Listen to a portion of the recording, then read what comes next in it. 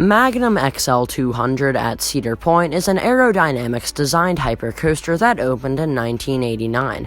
In fact, it was the world's first ever hypercoaster, breaking the barrier for full-circuit coasters with a max height of 205 feet. Just a disclaimer, this was not the world's first coaster over 200 feet. That record belongs to Moonsault Scramble that used to operate at Fuji-Q Highland in Japan, but that was a shuttle coaster. It did not complete a full circuit, and the hypercoaster title only includes full-circuit roller coasters, so Magnum technically was the first. Ever since opening in 1989, this has been an absolute fan favorite at Cedar Point, with a menacing lift hill of 205 feet tall, a max drop of 194 feet, a max speed of 72 miles an hour, and a length of 5,106 feet of track running alongside the peninsula. This is an absolutely terrifying coaster to most of the general public.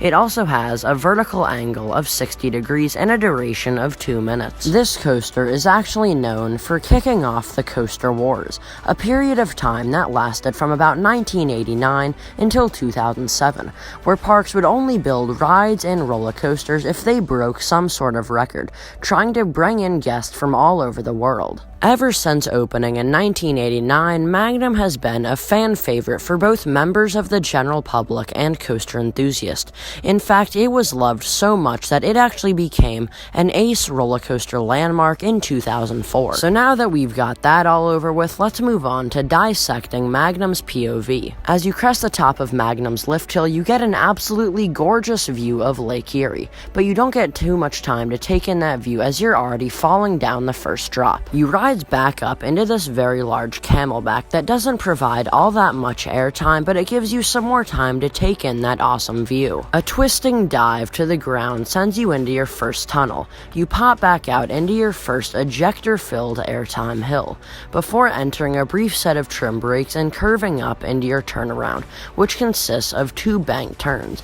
It's a little forceless and very janky, but still really exciting due to its really weird track profiling. That then sends you up into 2 back-to-back ejector-filled airtime hills, which one of them takes place in a tunnel. You then round one last corner before entering Magnum's amazing finale.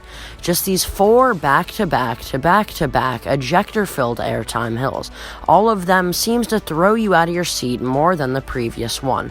They're all super exciting, and the final 2 take place in complete darkness in an awesome tunnel. You then slam into the brakes, concluding your ride experience on Magnum. Magnum isn't really located in any specifically themed area. However, it is located on the main Cedar Point Midway. If you've been there, you know what I'm talking about. And the queue line and station don't have much theming whatsoever.